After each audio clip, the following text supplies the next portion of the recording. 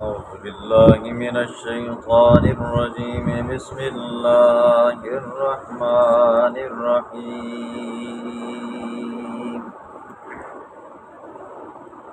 والنازعات غرقا والناشطات نشطا والسابحات سبحا فالسابقات سبقا فالمدبرات امرا.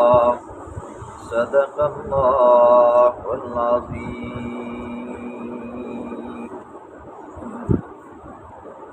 اس سورت کا نام سورۃ النازعات ہے. پہلی آیت میں موجود پہلے لفظ کی مناسبت سے اس کا نام سورۃ نازعات ہے. سورۃ نازعات کے اندر بھی اللہ رب العزت اس بات قیامت کو بیان فرمائیں گے. جو لوگ قیامت کے منکر ہیں کہ مرنے کے بعد دوبارہ اٹھایا جانا یہ کچھ نہیں ہے، تو وہ جزا اور سزا کے بھی منکر ہیں.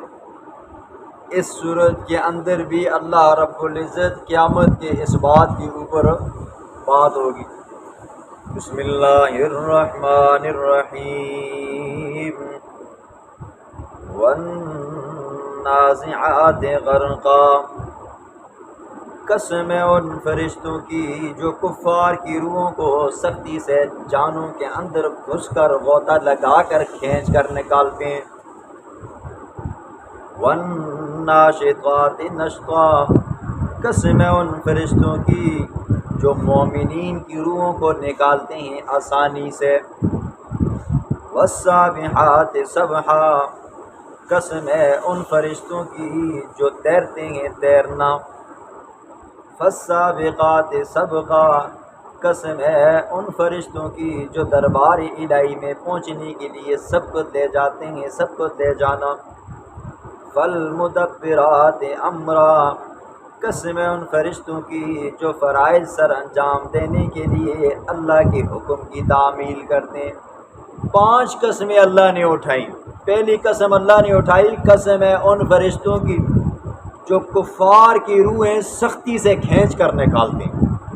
دوسری قسم اٹھائی قسم ہے ان فرشتوں کی جو مومنین کی روحوں آسانی سے نرمی سے نکالتے ہیں.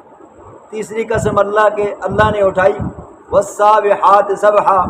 قسم ہے ان فرشتوں کی جو تیرتے ہیں تیرنا. چوتھی قسم اٹھائی فالسابقات سبقا. قسم ہے ان فرشتوں کی جو سبقت لے جاتے ہیں ایک دوسرے سے پہلے. اور قسم ہے ان فرشتوں کی فالمدبرات امرا.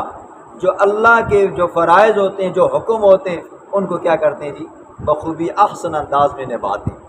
5 قسمیں اللہ نے اٹھا کر یہ بتایا کہ لتبعثن. تم ضرور بضرور قیامت والے دن اٹھائے جاؤ گے. ان 5 آیات کی تفسیر مفسرین نے اپنے اپنے انداز میں کی ہے.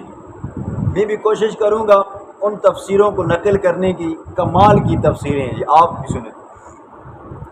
حضرت شاہ عبدالعزیز محدث دہلوی رحمہ اللہ وہ فرماتے ہیں کہ یہ 5 کی 5 جو قسمیں ہیں یہ اللہ نے قسمیں اٹھائی ہیں یہ فرشتوں کی صفات ہیں.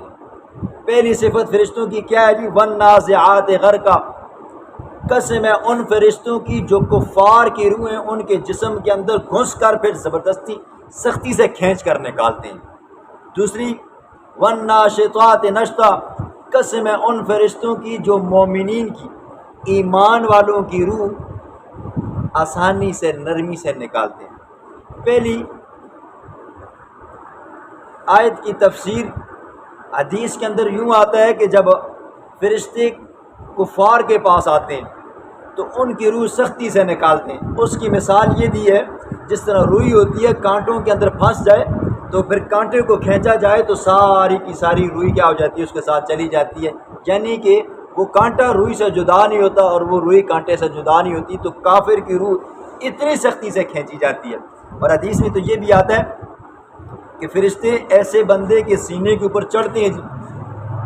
چڑھ کر دونوں پاؤں کو کندھے کے اوپر رکھ کر یوں لگا کر پھر اس کے بعد روح کو جو باہر کھینچتے ہیں تو سختی آتی ہے. پھر یضربون وجوہہم وادبارہم، فرشتے اس بندے کے منہ کے اوپر تھپڑ بھی مارتے ہیں اور پیٹھ کے اوپر بھی کیا کرتے ہیں جی، مکے مارتے ہیں۔ اور ایمان والوں کی روح کے بارے میں آتا ہے، ایمان والے کی روح ایسے نکلتی ہے جیسے کہ گوندا ہوا ہو آٹا ہو یا عام آٹا ہو، اس کے اندر بال آ جائے تو اس کو کھینچا جائے تو کتنی آسانی سے نکل جاتا ہے۔ تیسری والسابحات سبحا، قسم ہے ان فرشتوں کی جو تیرتے ہیں جی، ٹھیک ہے، ایمان والوں کی روحیں لے کر، کفار کی روحیں لے کر ہواؤں کے اندر چلے جاتے ہیں، ٹھیک ہے۔ فرشتوں کا ہواؤں کے اندر جانا یہ کوئی مشکل نہیں ہے جی، فرشتوں کا زمین کے اندر جانا، فرشتوں کا دیوار کے دوسری جانب جانا یہ کوئی مشکل نہیں ہے۔ یہ ایسے ہی سمجھو جس طرح کہ پرندہ ہواؤں کے اندر اڑتا ہے جی، اس کے لیے پھر بھی تھوڑی مشکلات ہوتی ہے، پڑاتا ہے، لیکن فرشتوں کے لیے کوئی چیز بھی مشکل نہیں ہے۔ آپ دیکھتے ہو بچہ ماں کے پیٹ کے اندر ہوتا ہے جی، 5 ماہ کا، 6 ماہ کا، 7 ماہ کا، 8 ماہ کا ہوتا ہے جی، پیدائش سے 1 دن پہلا، 2 دن پہلا، 1 ہفتہ پہلا کیا ہو جاتا ہے جی، مر جاتا ہے۔ فرشتہ کہاں پہنچ جاتا ہے؟ ماں کے پیٹ کے اندر پہنچ جاتا ہے، وہاں پر روح قبض کر لیتا ہے۔ پھر آپ نے سنا بھی ہے اور حدیث میں بھی آتا ہے، جب مردے کو قبر کے اندر رکھا جاتا ہے تو فرشتے آتے ہیں، اس سے سوال کرتے ہیں۔ تو خاص کر کے آپ کے علاقے کے اندر ٹنوں کے حساب سے مٹی اوپر ہوتی ہے، مردہ کو رکھا جاتا ہے، پھر اس کے بعد اوپر پتھر رکھے جاتے ہیں، پھر اس پتھروں کے اندر جو چھوٹا موٹا سوراخ ہو نا جی، اس کو بھی مٹی کے ساتھ بند کیا جاتا ہے، پھر اس کے بعد اوپر مٹی ڈالی جاتی ہے جو قبر کے اندر سے نکلتی ہے، بعض تو کیا کرتے ہیں اور بھی ڈالتے ہیں، ٹھیک ہے۔ فرشتہ وہاں پر بھی پہنچ جاتا ہے جی سوال و جواب کرنے کے لیے۔ اللہ کا قرآن کہتا ہے اینما تکونوا یدرککم الموت ولو کنتم فی بروج مشیدہ، تم مضبوط سے مضبوط قلعوں کے اندر، مضبوط سے مضبوط محلات کے اندر بھی رہو نا جی، موت کا فرشتہ تمہیں وہاں پر بھی آ کر کیا کر لے گا جی، پکڑ لے گا۔ فرشتوں کے لیے کچھ بھی مشکل نہیں ہے۔ فالسابقات سبقا، قسم ہے ان فرشتوں کی جو سبقت لے جاتے ہیں، سبقت لے جانا جی، ٹھیک ہے۔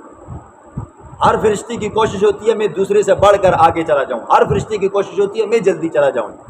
فالمدبرات امرا، قسم ہے ان فرشتوں کی جو فرائض سر انجام دینے کے اندر اللہ کے حکم کے آگے، اللہ کا حکم ہوتا ہے اس حکم کو تعمیل کرتے ہیں، بس جیسا کیسا بھی ہے اس حکم کو کیا کرنا ہے جی، پورا کرنا ہے۔ تو اس اعتبار سے یہ 5 کی 5 صفات کس کی بنی جی؟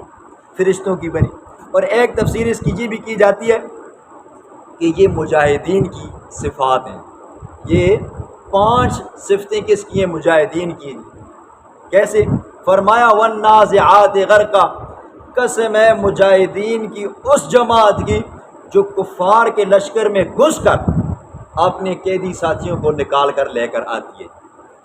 والناشطات نشطا، قسم ہے مجاہدین کی اس جماعت کی کہ جو اپنے قیدی ساتھیوں کی گرہ کو کھول دیتے ہیں۔ والناشطات نشطا، قسم ہے مجاہدین کی اس جماعت کی جو اپنے قید ساتھیوں کی گرہ کو کھولتے ہیں، ہتھکڑیوں کو کھول دیتے ہیں جی، بیڑیوں کو کھول دیتے ہیں، رہا کر دیتے ہیں۔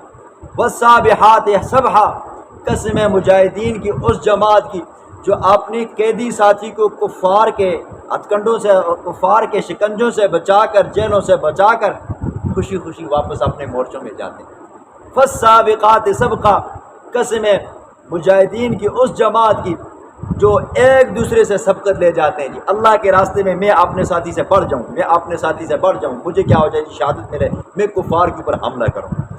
فالمدبرات امرا، قسم ہے مجاہدین کی اس جماعت کی جو اپنے کام کو بخوبی ادا کرتے ہیں، بخوبی ادا کرتے ہیں۔ اب دیکھو جی مجاہدین کی یہ 5 صفتیں اللہ نے بیان فرمائی۔ مجاہدین کی جو جماعت ہوتی ہے نا جی، اس کے چلانے کا بہترین انداز ہوتا ہے جی۔ کمانڈر کیا کرتا ہے جی؟ امیر ساتھیوں کی ڈپٹی لگاتا ہے جی، کسی کی ڈپٹی کھانے کی ہوتی ہے، کسی کی کیا ہوتی ہے خدمت کی ہوتی ہے، کسی کی چوکیداری کی ہوتی ہے، کسی کی کیا جی حملہ کرنے کی ہوتی ہے، یہ ساری ترتیب ہوتی ہے۔ اور ایک تفسیر اس کی یہ کی گئی ہے کہ یہ 5 صفات علماء کی ہیں، تو پھر معنی کیا ہوگا؟ والنازعات غرقا، قسم ہے علماء کی ان جماعتوں کی جو علم کی گہرائی کے اندر غوطہ لگاتے ہیں اور قرآن کے اندر سے موتی نکالتے ہیں، قرآن کے اندر سے موتی نکالتے ہیں۔ دوسرا والناشطات نشطا، قسم ہے علماء کی اس جماعت کی جو لوگوں کے شکوک اور شبہات والی گرہ کو کیا کرتے ہیں جی دور کرتے ہیں۔ علماء آج تک قرآن کی تفسیر لکھ رہے ہیں، پیغمبر علیہ الصلوۃ والسلام سے لے کر آج تک جتنے بھی مفسر آئے ہر ایک نے تفسیر کی، ہر ایک نے اپنے انداز میں کی، اور آج تک اس قرآن کی تفسیر کرتے ہوئے کسی نے پورا کا پورا حق ادا نہیں کیا۔ قرآن کے اندر جتنا غور کرو گے، جتنا اس کے اندر آپ منہمک ہو گئی، ٹھیک ہے، آپ کو اس کے اندر سے موتی ملیں گے، آپ کو مزید بشاشت ملے گی، آپ کا دل کرے گا میں قرآن کو بار بار پڑھوں۔ لیکن جس بندے نے قرآن کو کبھی دیکھا ہی نہ ہو، وہ جب قرآن کو کھولے گا نا جی، یا تو پہلے اس کا دل نہیں لگے گا، اور اگر کوشش کرے گا کہ بھائی رمضان ہے جی پڑھ کے نہ مرنا دن نزدیک ہو گئے تھے، وہ جب کھولے گا نا تو اس کو کیا ہوگا جی، جھٹکے لگیں گے، ٹھیک ہے۔ قرآن جلال والی کتاب ہے جی، قرآن بندہ سنے نا جی آئی ہوئی نیند بھی کیا ہو جاتی ہے جو اڑ جاتی ہے، اور اگر پھر بھی کوئی بندہ سنے اور اس کے بعد اس کو جھٹکے لگے نا جی، پھر وہ یہ سمجھے کہ بھائی قرآن کا اثر مجھ پر نہیں ہو رہا، شیطان کا اثر کیا ہو رہا ہے جی زیادہ ہو رہا ہے۔ تیسری والسابحات سبحا، قسم علماء کی اس جماعت کی جو کیا کرتے ہیں جی علم کی گہرائیوں کے اندر تیرتے ہیں، ٹھیک ہے، علم کے اندر تیرتے ہیں جی، ایک دوسرے سے بڑھنے کی کوشش کرتے ہیں، میں تفسیر لکھوں، دوسرا میں تفسیر لکھوں، میں کیا کروں یہ کروں۔ والسابقات سبقا، قسم علماء کی اس جماعت کی جو ایک دوسرے سے سبقت لے جاتے ہیں۔ اب دیکھو یہ شان اور مقام کے اندر علماء ایک دوسرے سے بڑھ چڑھ کریں، ٹھیک ہے، علماء ایک دوسرے سے بڑھ چڑھ کریں، کوئی شیخ الحدیث ہے، کوئی کیا جی شیخ القرآن ہے، کوئی شیخ الاسلام ہے وغیرہ، کوئی فقیہ الاسلام ہے وغیرہ وغیرہ، تو ایک دوسرے سے سبقت لے جاتے ہیں خدمت کر کر کے، خدمت قرآن کی۔ فالمدبرات امرا، قسم علماء کی اس جماعت کی جو اپنے دینی کام کو بخوبی احسن انداز میں کیا کرتے ہیں جی نبھاتے ہیں۔ پانچویں تفسیر کرتے ہیں کہ یہ پانچ صفات واعظین کی ہیں جی، مبلغین کی ہیں، جو لوگوں کو واعظ و نصیحت کرتے ہیں، جو لوگوں کو دعوت و تبلیغ دیتے ہیں۔ تو پھر اس وقت معنی یہ ہوگا والنازعات غرقا، قسم واعظین کی اس جماعت کی جو لوگوں کے گھروں میں جا کر، جو دکانوں میں جا کر، گلی کوچوں میں چوراہوں میں جا کر ان کو کیا کرتے ہیں جی، ان دکانوں سے، ان محلوں سے، ان گندگی کے ڈھیروں سے نکال کر مسجد میں لے کر آتے ہیں۔ تو اس سے مراد کیا ہوگی جی، وہ تبلیغی جماعت بھی ہوگی جو اللہ کے راستے میں نکلتی ہے، اور پھر جا کر گلی کے اندر، کوچوں کے اندر، چوراہوں کے اندر، دکانوں کے اوپر جا کر ان لوگوں کو دعوت دیتی ہے کہ بھائی جماعت آئی ہوئی ہے، آپ کیا کرو جی تھوڑا سا مسجد کے اندر تشریف لے آؤ۔ دوسرا والناشطات نشطا، قسم واعظین مبلغین کی اس جماعت کی جو لوگوں کے ہیلے بہانوں کو کیا کرتی ہے جی دور کرتی ہے۔ ظاہر بات آپ جاتے ہو دعوت و تبلیغ دینے کے لیے، کہتے ہیں بھائی 2-3 دن لگا لو یار، 4 دن لگا لو یار، 10 دن لگا لو، چلہ لگا لو، تو وہ کیا کہتے ہیں جی گھر میں کوئی بندہ نہیں ہے، کام کاج والا کوئی بندہ نہیں ہے جی، پھر یہ پیچھے دکان ہے، دکان کا بھی مسئلہ ہے وغیرہ وغیرہ، تو کیا ہے جی قسم مواعظین مبلغین کی اس جماعت کی جو لوگوں کے ہیلے بہانوں کو کیا کرتی ہے دور کرتی ہے جی۔ پھر کیا کہتے ہیں یار ہم بھی تمہاری طرح ڈاکٹر ہیں، ہم نے بھی گھر بار کو چھوڑا ہے، ہمارے بھی کام کاج تھے، تو آپ کیا کرو جی اللہ آپ کا کام بنا لے گا، آپ بھی کیا کرو جی اللہ کے راستے میں نکلو۔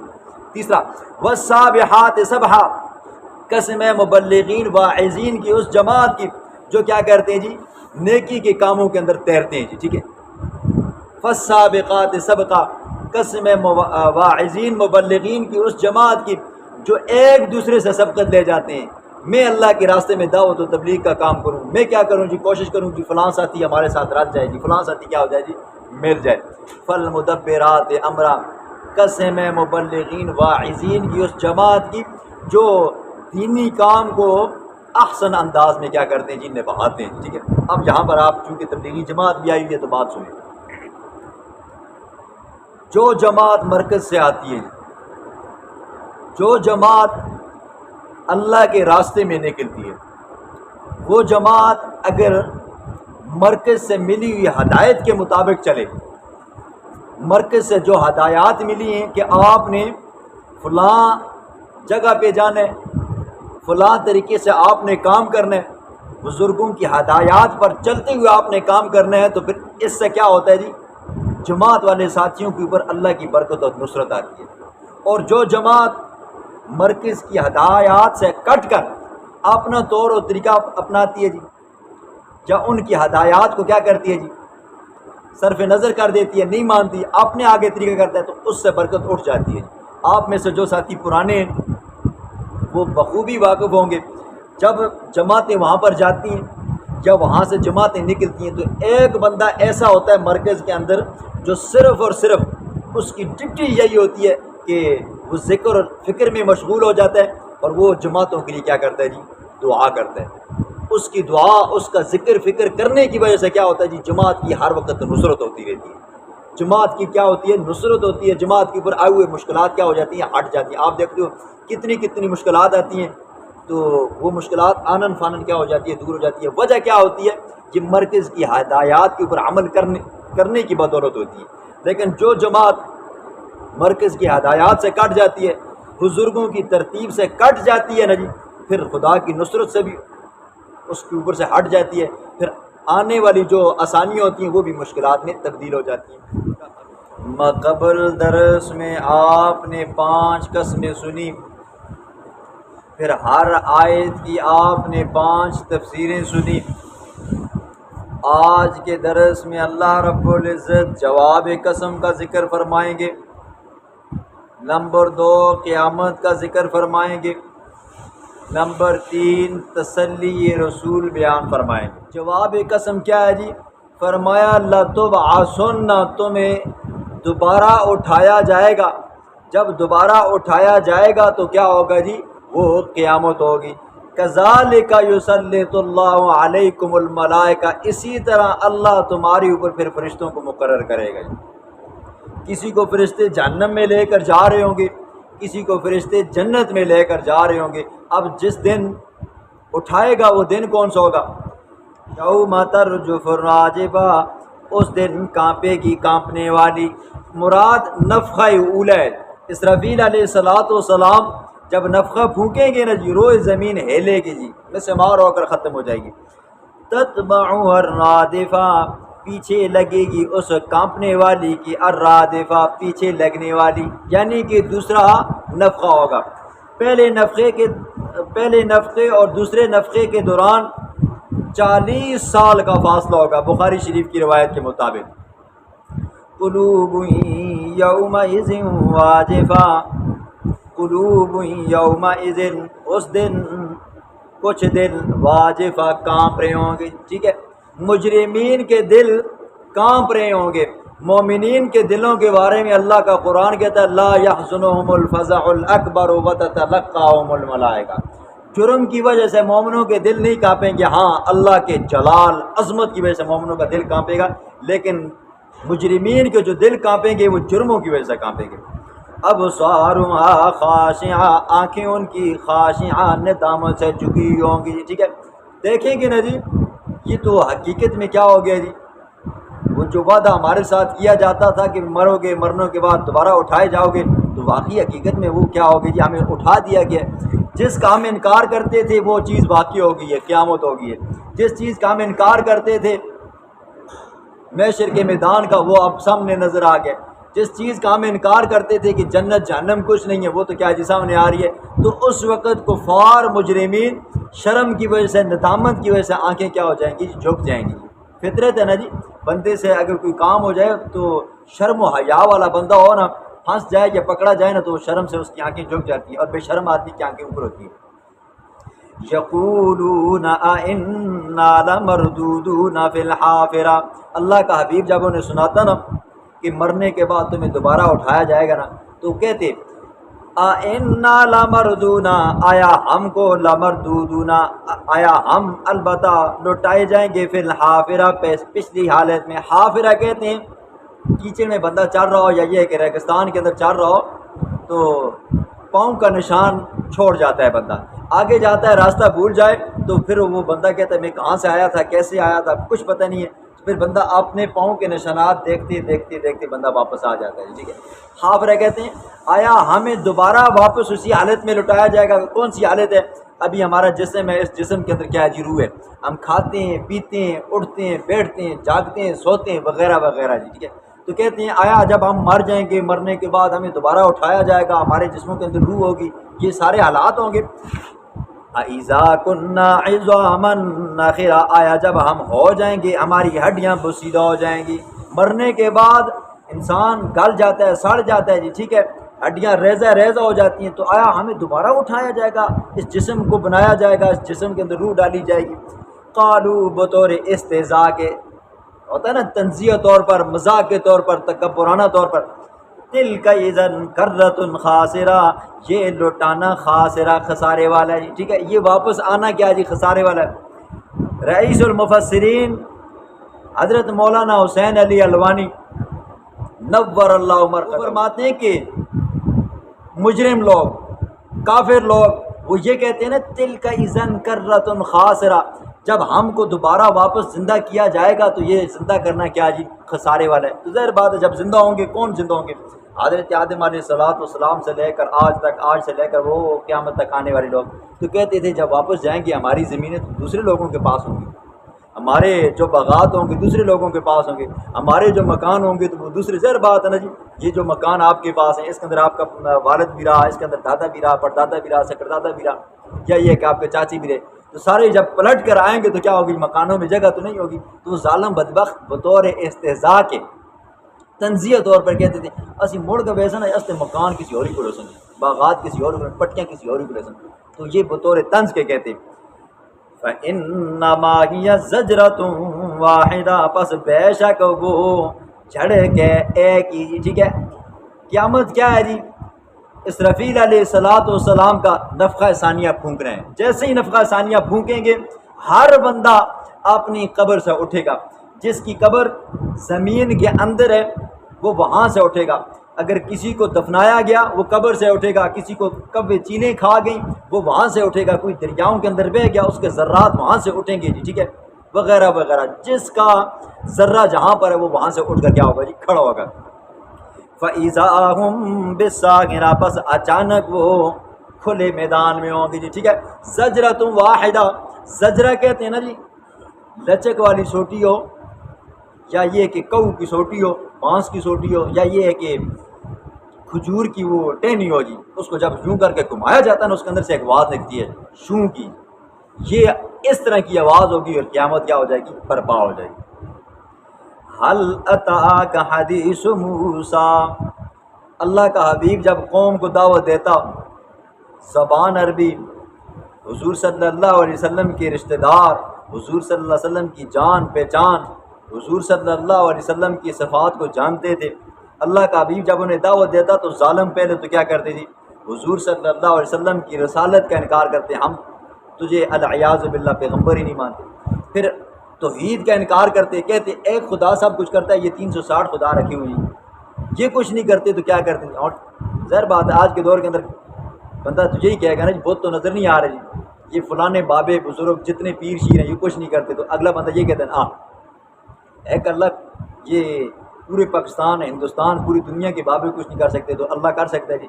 مشرکین مکہ یہ کہتے تھے نا یہ بیت اللہ کے سامنے جو 360 خدا رکھے ہوئے ہیں یہ کچھ نہیں کر سکتے تو ایک اکیلا خدا کیسے کر سکتا ہے؟ ان ھذا لشیء عجاب، بڑی عجیب گل ہے۔ تو جب اللہ کے پیغمبر کا دل دکھتا نا، انسان ہونے کے ناطے انسان کا دل دکھتا ہے، تو اللہ رب العزت نے، امام راضی رحمہ اللہ فرماتے ہیں، تو اللہ نے اپنے محبوب کو تسلی دی، میرا محبوب اپنی قوم کے جھٹلانے کے اوپر غمگین مت ہو، تو پریشان مت ہو، یہ تیرے ساتھ اکیلے کے ساتھ نہیں ہوا، تجھ سے پہلے موسیٰ آیا تھا، موسیٰ کے ساتھ بھی ایسے ہوا، تو اللہ نے موسیٰ کا واقعہ بیان کرنا ہے۔ حل اتاک حدیث موسیٰ، کیا آئی ہے آپ کے پاس موسیٰ علیہ السلام کی بات، موسیٰ علیہ السلام کا قصہ۔ سورۃ طٰہٰ کے اندر موسیٰ علیہ السلام کا تفصیل سے واقعہ اللہ نے بیان فرمایا، یہ وہ واحد مقام ہے جہاں پر اللہ رب العزت نے موسیٰ علیہ السلام کا واقعہ بہت مختصر کر کے بیان فرمایا اور جامع معنی بیان کیا۔ کیا واقعہ ہے؟ اذ ناداه ربه بالوادی المقدس طویٰ، جب پکارا حضرت موسیٰ علیہ السلام کو اس کے رب نے بالوادی المقدس طویٰ، پاکیزہ میدان کے اندر، اس کا نام وادی طویٰ ہے، ٹھیک ہے، وہ جب مدین سے واپس آ رہے تھے موسیٰ علیہ السلام ان کے ساتھ ان کی بیوی تھی. اب بیوی کا میں نام پوچھوں آپ کو نہیں آئے گا جی. بیوی کا نام صفورہ تھا جی. ایک روایت میں آتا ہے ساتھ میں خادم بھی تھے. راستے میں اندھیرا ہوا تو راستہ بھول گئے. اچانک دیکھا ایک جگہ پہ آگ جل رہی ہے تو گھر والوں کو کہا فقال لأهلهم كثوا إني آنست نارا سآتيكم منها بقبس أو أجد على النار هدى. مجھے آگ نظر آئی ہے، میں وہاں جاتا ہوں، وہاں سے آگ بھی لے کر آؤں گا، اگر وہاں پر کوئی راہ گزر رہتا ہوگا اس سے میں راستہ بھی پوچھ کر آ جاؤں گا. جیسے ہی وہاں پر پہنچے اللہ کی آواز آئی انی انا ربک فاخلع علیک، اے موسیٰ میں تیرا رب ہوں، جوتے اتار کر آ. ٹھیک ہے. موسیٰ علیہ السلام وہاں پر گھبرا گئے. اللہ رب العزت نے حضرت موسیٰ علیہ السلام کو وہاں پر نبوت عطا فرمائی اور 2 معجزے اللہ نے وہاں پر عطا فرمائے. ٹھیک ہے. ایک ید بیضاء کا جی اور ایک عصا کا. ہاتھ کو بغل کے اندر ڈالتے تھے، باہر نکالتے تھے، 14ویں کی چاند کی طرح چمکتا تھا. ٹھیک ہے. یہ معجزہ تھا. اور دوسرا یہ ہاتھ میں ڈنڈا تھا جی، سوٹا تھا، اس کو پھینکتے تھے تو اژدہا بن جاتا تھا، اژدہا بن جاتا، پکڑتے تھے تو ڈنڈا بن جاتا. یہ 2 معجزے اللہ نے وہاں پر دیے. تو اللہ نے کہا میرے موسیٰ اب جا کے آجی فرعون کی طرف. اذهب الى فرعون انه طغى، اذهب جا تو الى فرعون، فرعون کی طرف، انه طغى، بے شک وہ سرکش ہو چکا ہے جی. ٹھیک ہے. خالق کے اوپر بھی سرکش ہو چکا ہے، مخلوق کے اوپر بھی سرکش ہو چکا ہے. خالق کے اوپر سرکش ایسے ہو چکا ہے کفر کیا ہوا اس نے، شرک کیا ہوا ہے، اور مخلوق کے اوپر سرکش ایسے ہو چکا ہے مخلوق کو اس نے اپنا غلام بنا ڈالا. لہٰذا کیا کر، تیرا فریضہ یہ ہے فرعون کے پاس جا، اس کو دعوت و تبلیغ دے. فقل هل لك الى ان تزكى، فقل کہ اس کو جا کر هل لك کیا رغبت ہے تجھ کو الى ان تزكى، یہ کہ تو پاک ہو جائے. بتا کیا تو چاہتا ہے کہ تو اندر باہر سے پاک ہو جائے جی.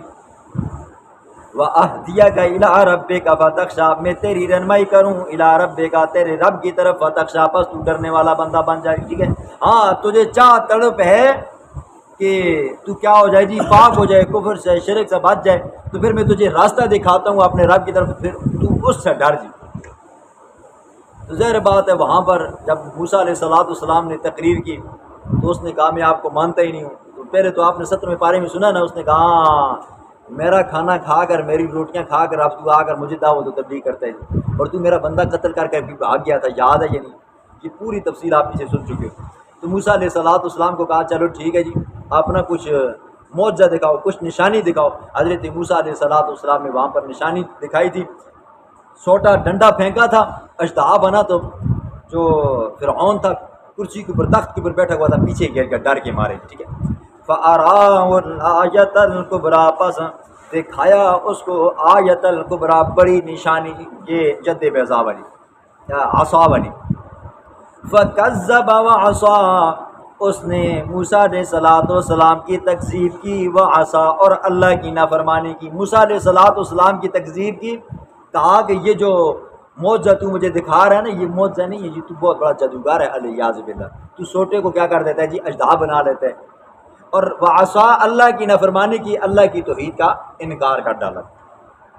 ثم ادبر یسعیٰ، پھر اس نے پشت پھیری، ویسعیٰ، اور دوڑا. ٹھیک ہے. پیٹھ پھیری اور کیا جی، دوڑا مطلب اس نے کہا کہ بھئی جاتا ہوں سارے جادوگروں کو بلاتا ہوں. پھر جادوگروں کو بلایا گیا، 70,000 جادوگر جمع کیے گئے، 70,000.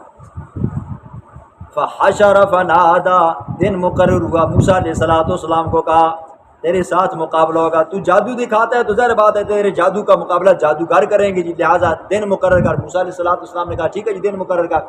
پھر وہ دن کون سا مقرر کیا گیا جی، وہ دن مقرر کیا گیا جس دن کے اندر وہ عید منایا کرتے تھے، خوشی، یوم الضحیٰ. چارج کا وقت مقرر کیا گیا، ساری دنیا جمع ہوگی. جادوگر آئے، سارے جادوگروں نے 2 جادو دکھائے جی. ٹھیک ہے. 2 سانپ پھینکے تو 70,000 جادوگر ہو تو کتنا بن جاتا ہے جی، 1,40,000 سانپ کھلے میدان میں پڑ گئے. موسیٰ علیہ السلام نے اپنا ڈنڈا پھینکا اور وہ اژدہا بنا. اس اژدہا نے سب کو ایک ہی لقمہ کیا تو سب کے سب کیا ہو گئے جی، گھبرا گئے. اس کا ذکر ہے. فحشر فنادا، پس اس نے جمع کیا لوگوں کو. فنادا، پس بلند آواز سے اس نے تقریر کی. کیا؟ فقال، اس نے کہا انا ربکم الاعلی، میں تمہارا سب سے بڑا خدا ہوں۔ یہ جو اس نے دعویٰ کیا تھا نا جی 40 سال پہلے بھی کیا تھا، اس دن پھر اس نے لوگوں کو بتایا میں کیا ہوں جی، سب سے بڑا خدا کیا ہوں جی، میں ہوں۔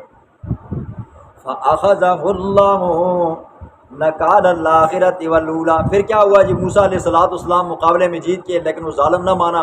آخرکار موسیٰ علیہ السلام اپنی قوم کو، بنی اسرائیلیوں کو لے کر بحر قلزم سے پار ہوئے جی۔ فرعون آیا بحر قلزم کے اندر، اللہ رب العزت کا حکم ہوا، بحر قلزم چلا اور اس کے اندر بہہ کر مردار ہوئے، اس کا ذکر ہے۔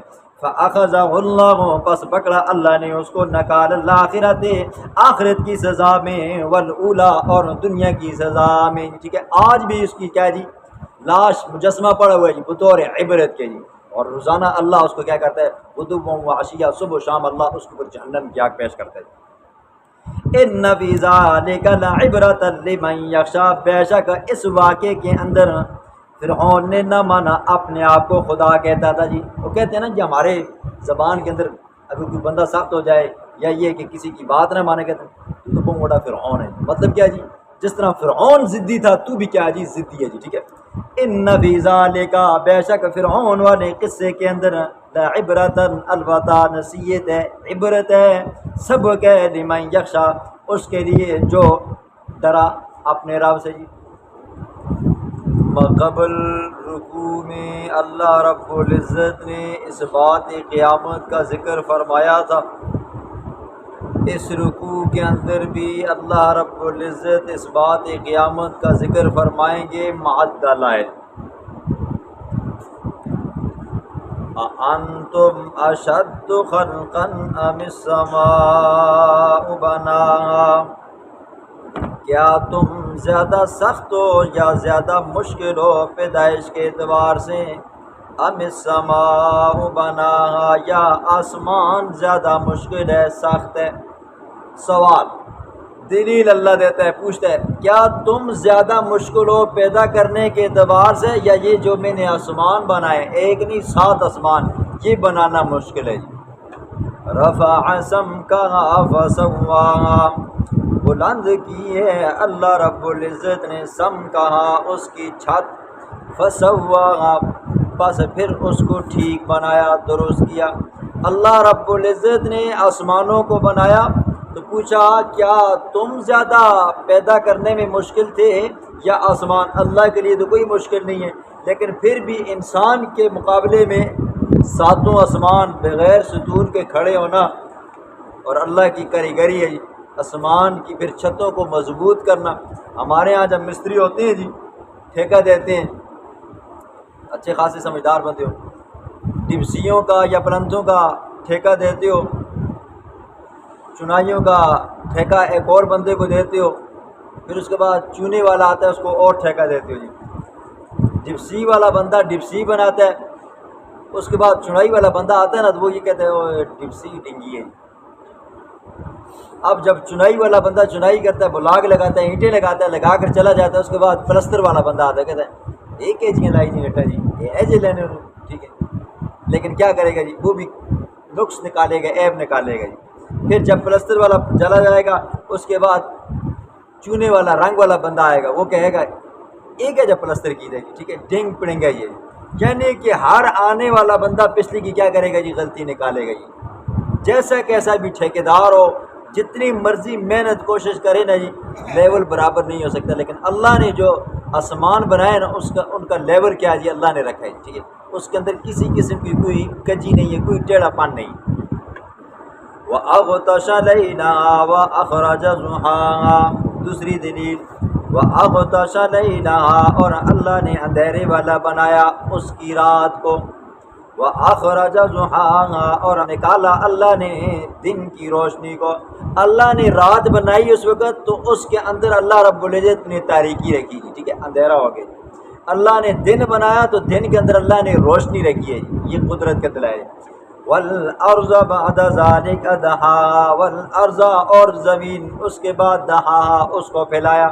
اللہ رب العزت نے سب سے پہلے زمین کا میٹیریل لیا جی، پھر اس کو اللہ رب العزت نے پیڑا بنایا، پھر اس پیڑے کو چھوڑا، پھر اس کے بعد اللہ رب العزت نے 7 آسمانوں کو بنایا، پھر اس کے بعد جب زمین کی باری آئی، سب سے پہلے مٹیریل زمین کا لیا گیا، لیکن سب سے آخر میں اس کو بچھایا گیا۔ مکہ مکرمہ بیت اللہ شریف آج جہاں پر ہے نا جی، اس پیڑے کو وہاں پر رکھا گیا، پھر اس پیڑے کو پھیلایا گیا جی شمال کی طرف، جنوب کی طرف، مشرق کی طرف، مغرب کی طرف، وہاں سے پورے روئے زمین کو بچھایا گیا۔ جس طرح ہوتا ہے نا روٹی کا، سب سے پہلے ہم کیا کرتے ہیں جی، آٹا لیتے ہیں، آٹے کو پھر گوندتے ہیں جی، پیڑا بنتا ہے، پھر اس پیڑے کو پھر کیا کرتے ہیں جی نیچے رکھ کر گول کرتے ہیں، روٹی پھیلتی جاتی ہے، پھیلتی جاتی ہے، بڑی ہو جاتی ہے۔ اس طرح اللہ نے پہلے زمین کا پیڑا بنایا، پھر اس کے بعد اللہ نے اس کو چھوڑا، پھر آسمان بنائے، پھر اس کے بعد اللہ نے زمین کو بیت اللہ شریف جہاں پر موجود ہے وہاں سے اس کو بچھایا۔ اخرج منها ماءها ومرعاها، نکالا اس اللہ نے ماءها اس زمین سے پانی، ومرعاها اور اس زمین سے چرا گھاس، زمین کے اندر سے اللہ نے پانی نکالا، اسی زمین سے وہ پیڑے والی سے پھر اللہ نے چارہ بھی نکالا۔ والجبال ارساها اور پہاڑوں کو قائم کر دیا، زمین ہل رہی تھی، اللہ نے بطور میخوں کے پہاڑوں کو زمین کے اندر گاڑ دیا۔ متاعا لکم ولانعامکم، نفع ہے تمہارے لیے، ولانعامکم اور تمہارے چوپاؤں کے لیے۔ اللہ نے یہ جو زمین بنائی ہے اس کے اندر جتنی بھی نعمتیں، یہ کیا ہے جی اللہ نے انسان کے لیے بنائی، فرمایا تمہارے لیے بھی نفع ہے، تمہارے چوپاؤں کے لیے بھی نفع ہے۔ فَإِذَا جَاءَتِ الطَّامَّةُ الْكُبْرىٰ، جب آئے گا بڑا حادثہ، فَإِذَا جَاءَتِ الطَّامَّةُ الْكُبْرىٰ، بس جب آئے گی ٹکڑے ٹکڑے کرنے والی بڑی چیز، کیا ہے جی قیامت۔ یوم یتذکر الانسان، اس دن انسان یاد کرے گا ما سعی، جو اس نے دنیا میں کام کیے۔ اللہ اس وقت ہر بندے کو حافظہ دے گا، اور ہر بندے کو اللہ پڑھنے کی توفیق بھی دے گا جی۔ آج کوئی بندہ دنیا میں ان پڑھ ہے نا، اس کو نہیں پتہ جی الف کیا ہے جی، کلی کیا ہے، وہ نہیں پڑھ سکتا۔ وہاں پر اللہ رب العزت ہر ایک کو یہ طاقت دیں گے، وہ اپنا نامہ اعمال خود پڑھے گا، اور اس کا حافظہ انتہائی تیز ہوگا، اس نے جو اعمال کیے ہوں گے اس کو سارے اعمال پتہ ہوں گے۔ وَبُرِّزَتِ الْجَحِيمُ وَبُرِّزَتِ الْجَحِيمُ لِمَنْ يَرَى، جہنم کو ظاہر کر دیا جائے گا، وَبُرِّزَ اور ظاہر کر دیا جائے گا، الْجَحِيمُ شعلے مارنے والی آگ کو، لِمَنْ يَرَى واسطے اس شخص کے جو دیکھنا چاہے گا جی، اللہ بچائے گی، جو دیکھنا چاہے گا اس کے لیے جہنم سامنے ہوگی۔ فَأَمَّا مَنْ طَغَىٰ، برحال وہ شخص طغا جو دین حق سے ہٹ گیا، فَأَمَّا مَنْ طَغَىٰ برحال وہ شخص جس نے عقیدہ توحید سے منہ کو موڑ لیا، وَآثَرَ الْحَيَاةَ الدُّنْيَا اور دنیا کی زندگی کو ترجیح دی، دنیا کی زندگی کو ترجیح دی، فَإِنَّ الْجَحِيمَ هِيَ الْمَأْوَىٰ اس بندے کا ٹھکانہ جہنم ہے۔ نمبر ایک، عقیدہ توحید سے منہ موڑا، سرکشی کی، دین حق سے منہ موڑا۔ نمبر دو، دنیا کی زندگی کو ہی کیا کر لیا جی، اپنا لیا، چن لیا، آخرت کی کوئی پرواہ نہیں کی۔ فرمایا فإن الجحیم ہی المأویٰ اس کے لیے جہنم ٹھکانہ ہے۔ وَأَمَّا مَنْ خَافَ مَقَامَ رَبِّهِ وَنَهَى النَّفْسَ عَنِ الْهَوَىٰ برحال وہ بندہ جو ڈرا مقام ربی اپنے رب کے سامنے کھڑا ہونے سے، وَنَهَى النَّفْسَ اور اپنے نفس کو روکے رکھا، عن الہویٰ خواہشات سے۔ وہ بندہ جو دنیا میں کام کرتا تھا، اعمال کرتا تھا، اس کے دل کے اندر یہ ڈر تھا کہ کل جب اللہ کے دربار میں کھڑا ہوں گا تو اللہ مجھ سے پوچھے گا تو نے یہ کام کیا تھا یا نہیں کیا تھا۔ اس ڈر کی وجہ سے وہ گناہ کے قریب بھی نہیں جاتا۔ نمبر دو، اپنی خواہشات کے اوپر عمل نہیں کیا جی، ٹھیک ہے۔ دیکھیں خواہشات دو طرح کی ہوتی ہیں جی، ایک خواہش طبی طور پر ہوتی ہے، ایک خواہش وہ ہوتی ہے جو شریعت کے خلاف ہوتی ہے۔ طبی طور پر خواہش کیا ہوتی ہے جی، بندے کا دل کر گیا جی، آج شنواری کھانے کو دل کرتا ہے، آج کیا ہے جی مچھلی کھانے کو دل کر رہے ہیں، آج کیا ہے جی بکرے کا گوشت کھانے کو دل کر رہے ہیں، یہ طبی خواہش ہے، اس کے بارے میں اللہ نہیں پوچھے گا۔ لیکن اگر آپ نے وہی خواہش جو شریعت کے خلاف تھی اس کو اپنایا تو اس کو پھر کیا ہوگا جی، پوچھ تاچھ ہوگی۔ فَإِنَّ الْجَنَّةَ هِيَ الْمَأْوَىٰ اس بندے کے لیے جنت ٹھکانہ ہے۔ کون سا بندہ اپنے رب کے سامنے کھڑا ہونے سے ڈرا جی، اللہ کے دربار میں کھڑے ہو کر میں کیا جواب دوں گا جی۔ نمبر دو، دنیا میں کبھی اپنی خواہشات کی بات نہیں کی، خواہشات پر عمل نہیں کیا، تو اس کا ٹھکانہ کیا ہے جی، جنت ہے۔ یسألونک عن الساعۃ ایان مرساہا، جب اللہ کا پیغمبر ان کو ڈراتا نا، یہ دنیا ہے جی، اس دنیا سے آپ نے دل نہیں لگانا جی، آخرت آگے تیار ہے جی، اس دنیا سے تم نے جانا ہے، آگے ایک جہان آنا ہے، وہاں پر آپ کو جزا اور سزا ہونی ہے، وہاں پر جنت بھی ہے جہنم بھی۔ تو پھر وہ کہتے تھے اچھا قیامت آئے گی، تو وہ قیامت کب آئے گی؟ سوال کرتے، یسألونک، سوال کرتے ہیں آپ سے، پوچھتے ہیں آپ سے، عن الساعہ، قیامت کے بارے میں، ایان مرساہا، کب اس کا قیام ہوگا، فیما انت من ذکرہا، آپ کو کیا ضرورت ہے اس کے ذکر کے بارے میں۔ ہاں، حدیث کے اندر اتنی تفصیلات آئی ہوئی ہیں جی، قیامت جب برپا ہوگی وہ جمعے کا دن ہوگا جی، اور اسی طرح آتا ہے 10 محرم کا دن ہوگا، اور ایک روایت میں آتا ہے وہ 10 محرم کا جو دن ہوگا وہ جمعے کا دن ہوگا۔ یہ روایت کیا ہے جی؟ ضعیف ہے، ٹھیک ہے۔ صحیح روایت کیا ہے جی؟ جمعے کا دن ہوگا۔ وہ جمعہ کون سا ہوگا، کون سی صدی کا ہوگا، یہ نہ اللہ کے پیغمبر کو پتہ تھا، نہ کسی اور پیغمبر کو پتہ ہے، نہ کسی اور انسان کو پتہ ہے۔ صرف حضرت حسین رضی اللہ عنہ کی شہادت کا اس 10 محرم کی جو فضیلت ہے نا، اس کے ساتھ کوئی تعلق نہیں۔ ہاں، اس دن کے اندر سیدنا حسین رضی اللہ عنہ کی مظلومانہ شہادت ضرور ہوئی ہے۔ اِلیٰ ربک منتہا، تیرے رب کی طرف اس کی انتہا کا علم ہے، صرف رب جانتا ہے، اور کوئی نہیں جانتا۔ انما انت منذر من یخشاہا، انما بے شک آپ منذر، ڈرانے والے، من یخشاہا، من اس بندے کو، یخشاہا جو ڈرتا ہے جی، ٹھیک ہے، ہاں، جو قیامت سے ڈرتا ہے۔ کأنہم یوم یرونہا، جس دن دیکھیں گے اس قیامت کو، کأنہم، گویا کہ وہ خیال کریں گے، لم یلبسو، نہیں وہ ٹھہرے رہے دنیا میں، الا عشیۃً، مگر شام کا وقت، او ضحیٰ، یا چاشت کا وقت۔ عشیہ کا معنی کرتے ہیں مفسرین، زور سے لے کر مغرب تک کا جو وقت ہوتا ہے اس کو عشیہ کہتے ہیں، اور ضحیٰ سورج کے طلوع ہونے سے لے کر 2 نیزے 2 سایہ ہونے تک کیا ہے جی، یہ وقت رہتا ہے جی، ٹھیک ہے۔ اللہ رب العزت قیامت کی ہولناکیوں سے، عذابوں سے محفوظ فرمائے۔